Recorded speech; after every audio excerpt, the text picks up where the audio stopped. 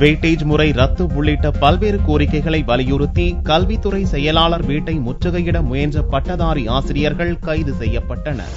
ஆசிரியர் தகுதி தேர்வில் பெற்ற மதிப்பெண் அடிப்படையில் பணி நியமனம், வெயிட்டேஜ் முறை ரத்து, தற்போது தேர்ச்சி பெற்றுள்ள பட்டதாரி மற்றும் இடைநிலை ஆசிரியர்களுக்கு பணி நியமனம் வழங்கும் வரை ஆசிரியர் தகுதி தேர்வு நடத்தக்கூடாது என்பன உள்ளிட்ட பல்வேறு கோரிக்கைகளை வலியுறுத்தி 22 நாட்களுக்கும் மேலாக பட்டதாரி ஆசிரியர்கள் பல்வேறு கட்ட போராட்டங்களில் ஈடுபட்டு வருகின்றனர். இந்நிலையில் ஞாயிறன்று கல்வித்துறை செயலாளர் சபீதா வீட்டை முற்றுகையிட கோயம்பேடு பேருந்து நிலையம் அருகே இவர்கள் திரண்டனர். போலீசார் கலைந்து செல்லும்படி கூறிய போது சாலையில் அமர்ந்து திடீர் ஆர்ப்பாட்டத்தில் பட்டதாரி ஆசிரியர்கள் ஈடுபட்டனர்.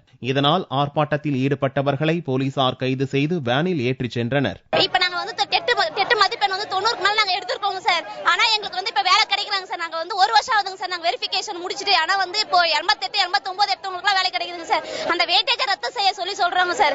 நாங்க 12th எப்ப 10 வருஷத்துக்கு முன்னாடி நாங்க 12th படிச்சோங்க சார். டிகிரி வந்து 10 வருஷம் ஆகுதுங்க சார். இப்ப இருக்கிற எஜுகேஷன் சிஸ்டம் அப்ப இருக்கிற எஜுகேஷன் சிஸ்டம் வேறங்க சார். இப்போ வந்து இதெல்லாம் பாக்கும்போது நாங்க அடி வாங்குறாங்க சார். 118 mark எடுத்துறோங்க sir. நாங்கலாம் இப்போ வந்து தெருவுல உட்கார்ந்துட்டு இருக்கோங்க சார். மார்க் எங்களுக்கு வேலை கிடைக்காம பாதிக்கப்பட்ட பட்டதாரி ஆசிரியர் இடைநிலை ஆசிரியர் அமைப்பு 25 நாளாக இன்று முதன்மை கல்வி செயலாளர் சபீதா அவர்கள் கிட்ட முற்றுகையிட இருந்தோம்.